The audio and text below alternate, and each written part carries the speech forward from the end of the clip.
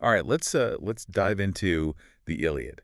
Epic battles, legendary heroes, meddling gods, you name it. It's all there. We're going deep into Homer's masterpiece. Hmm? Think of it as, I don't know, like a crash course, Hmm. straight from the source, the Project Gutenberg ebook, translated by Alexander Pope. And what a story it is. The Iliad is so much more than just a war story. Oh, yeah. It really delves into the depths of the human spirit. We're talking rage, love, honor, fate. These are themes that still resonate with us, even thousands of years later. I mean, you don't get much more classic than the Iliad. We're starting off right at the heart of the action Okay. with the rage of Achilles. Oh, now we're talking. This isn't just like your everyday anger. This is a Right. fury, right? Yeah. This fury that can change the course of the Trojan War, just like that. Imagine this. Helen, she's been abducted by Paris, a Trojan prince, and this sets off a massive war between the Greeks and the Trojans. But there's this dispute in the Greek camp that really throws a wrench in everything.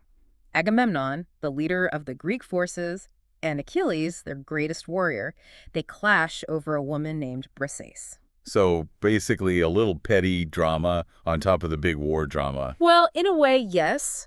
But you have to remember that in this world, honor and pride, they were everything.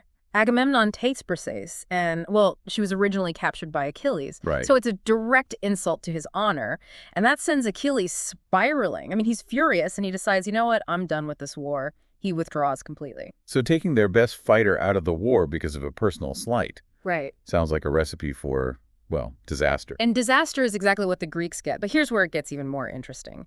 The gods, immortal, always up for a little drama. Of course, They decide to get involved. things are going to get messy. They really do. So we have Thetis, Achilles' mother, a goddess herself. She goes straight to Zeus, the king of the gods, Bold move. and she begs him to favor the Trojans. She's playing the long game here. If the Trojans are winning, Achilles will be forced to return, but with even greater glory. Smart mom. It's wild how even the gods are driven by these human emotions. Pride, a mother's love for her son. Absolutely. And Zeus, always up for a bit of cosmic chess, he agrees.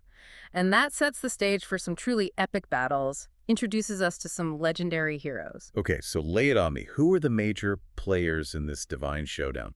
On the Greek side, we've got Diomedes. He's so fierce, he actually wounds Ares, the god of war. Wow. Talk about courage.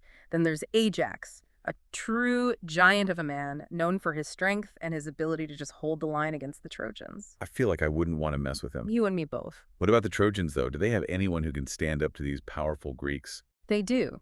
Leading the Trojan defense, we have Hector, the Prince of Troy. He's everything you'd want in a warrior. Courage, skill, and a deep, deep devotion to his city and his family. Sounds like a tough opponent. Oh, he is. And the clash between Hector and Ajax, that's one for the history books, their duel is just this raw display of power, skill. It ends in a draw, believe it or not, and they actually exchange gifts. A draw and gifts. That's not how I pictured these ancient battles going. Right. But it really shows the respect they had for each other. Even in the heat of battle, these warriors recognize the bravery in their opponents. I like that. But things are about to take a turn, and it's not a good one. Oh, no. What happens? Patroclus, Achilles' closest friend, well, he sees the Greeks struggling. Right. And out of loyalty, he makes a very risky decision. He decides to enter the battle wearing Achilles' armor. Uh-oh. I have a feeling that's not going to end well. And I doubt Achilles would be too happy about it. You're right on both counts. Hector sees Achilles' armor, charges into battle, and kills Patroclus. He believes he's slain his greatest enemy, but this moment, this is the turning point of the entire war. Man, that's heavy. I can't even imagine how Achilles reacts to that. Well, we'll get into that next time, but let's just say the rage he felt towards Agamemnon is nothing compared to the grief and fury he feels now.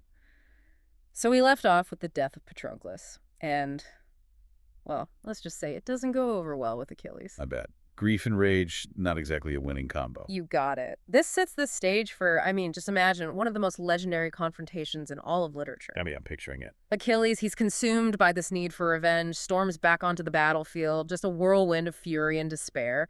But Hector, he knows he's going up against, like, a godlike warrior, right? But he stands firm. He has to protect Troy. It's his duty. Man, the tension must have been unbelievable. Two heroes, destinies clashing, the fate of the war hanging in the balance. Absolutely, and you can just feel that weight, that weight of destiny pressing down on them as they fight. It's a dance of death, clashing bronze, desperate maneuvers. And who comes out on top? Well, Achilles' rage, his divine power, it proves too much for Hector. He falls, defeated, right at Achilles' feet. It's almost, I don't know, kind of tragic. Hector, he knows he's probably going to die, but he still fights with courage and honor. He's the definition of a tragic hero. You said it, but the tragedy, it doesn't end there. Achilles, he's just so consumed by grief and rage. He does something that shocks even those who are used to the brutality of war. What's that? He desecrates Hector's body, drags it behind his chariot around the walls of Troy. Whoa! That's dark, even for the Iliad. It's like Patroclus' death had twisted Achilles somehow, turned his grief into this, insatiable thirst for vengeance. Yeah, it's a stark reminder that even the greatest heroes, they can be corrupted by anger and despair. But even in this darkness, right, a glimmer of hope emerges. Really? From where? Priam, Hector's father, the king of Troy himself, he makes this incredibly dangerous journey to Achilles' camp. Think about it. This grieving father going to the man who killed his son. I can't imagine the courage that would take.